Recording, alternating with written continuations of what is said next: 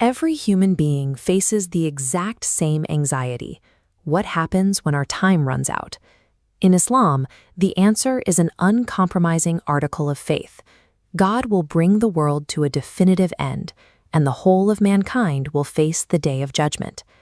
The Qur'an states that every soul will case death, and in the end, humanity will be brought back. This establishes a strict equation. The life you live right now and the afterlife you will eventually enter are not disconnected chapters. There is a direct, unbreakable relationship between your daily actions on earth and your final, eternal outcome. So what happens the exact second a person's life ends? The soul doesn't immediately go to heaven or hell.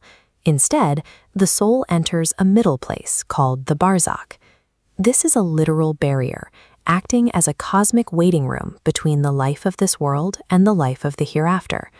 Once a soul crosses into the Barzakh, it remains trapped. It is entirely unable to return to the physical world, suspended in a waiting state for the final sequence of humanity to begin. Because death is merely a one-way transition into this holding state, the time we spend walking the earth is severely limited. It is the single, finite window where a person has the agency to actively dictate their own eternal future. The end of the physical world begins with a single command. God will order the angel Israfil to blow the trumpet, initiating the apocalypse. The absolute scale of devastation from this first blast is total. Everything living will die. The earth itself will be completely flattened, and towering mountains will instantly turn into fine dust, vanishing like a mirage. The destruction then moves outward into the universe. The sky will physically crack open. The stars themselves will scatter, rapidly losing all their luster until the cosmos goes entirely dark. Then comes the final blast of the trumpet.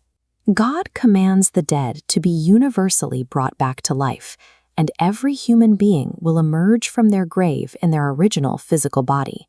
The psychological toll of this resurrection is staggering.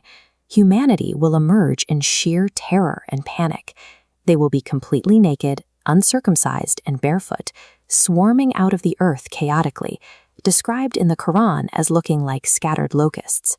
By completely destroying the physical universe, all earthly wealth, borders, and social status are instantly erased.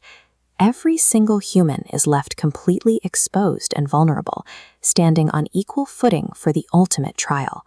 Standing before God, the dread of the gathered masses becomes unbearable. People will run in terror to the major prophets, to Adam, then Ibrahim, Musa, and Isa, pleading for them to intercede and save them. But the sheer gravity of the moment means even these great prophets will be too consumed by fear to help, and they will turn the masses away. Finally, humanity will turn to the Prophet Muhammad. He will fall into sujud, a deep prostration, in front of God. Because of his deep concern for others, God will grant him alone the right to speak and intercede for his community. Then, the individual trials begin. Every person will receive a physical record of their life, their book of deeds. Those who lived righteously will be handed their record in their right hand. Those who were sinful will receive it in their left hand, or from behind their backs, instantly filling them with regret. This diagram illustrates the mechanism of divine justice, the ultimate scales.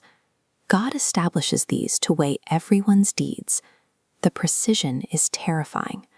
The Qur'an states that even an atom's weight of good or an atom's weight of evil will be placed on these scales and accounted for. There is no room for denial or false testimony. On that day, God will seal over people's mouths.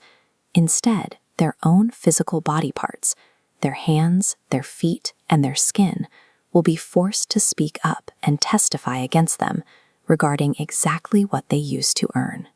This inescapable, microscopic level of accountability serves a specific purpose. It ensures absolute divine justice, leaving absolutely no room for any human to be treated unfairly. The final result of the cosmic scales is entirely binary. Those whose scales of good deeds are heavy will be rewarded with an eternal, pleasant life in heaven. Those whose scales are light face punishment in the blazing fire of hell. So, if you know that every single atom is going to be weighed at the end of time, how exactly are you expected to operate in society right now? The answer lies in the deeply mundane interactions of daily life. In Islam, making a good impression is an active, serious religious obligation. Dressing well, smiling, and speaking eloquently directly contributes to a peaceful society and positively represents the faith. The ultimate standard for this behavior comes from the Prophet Muhammad. When his wife Aisha was asked about his manners, she pointed to the holy text, noting that his character was so perfect and deeply aligned with its teachings that he was essentially a living Qur'an. This diagram shows why that everyday behavior carries so much cosmic weight. There is a mathematical multiplier effect to your earthly actions. If you introduce a good action into society, you get the reward for doing it, plus the exact same reward for every single person who emulates your behavior, all the way until the day of judgment. But that equation works both ways. If you set a bad example or introduce a bad action into your community, you accumulate the punishment for your own deed, plus the compounded punishment for every generation of people who follow your negative lead. When the sky splits open and the mountains turn to dust, there is nowhere to hide. The only way to secure a heavy scale during the terror of the apocalypse is through the deeply intimate, everyday practice of human kindness and good character here in the present.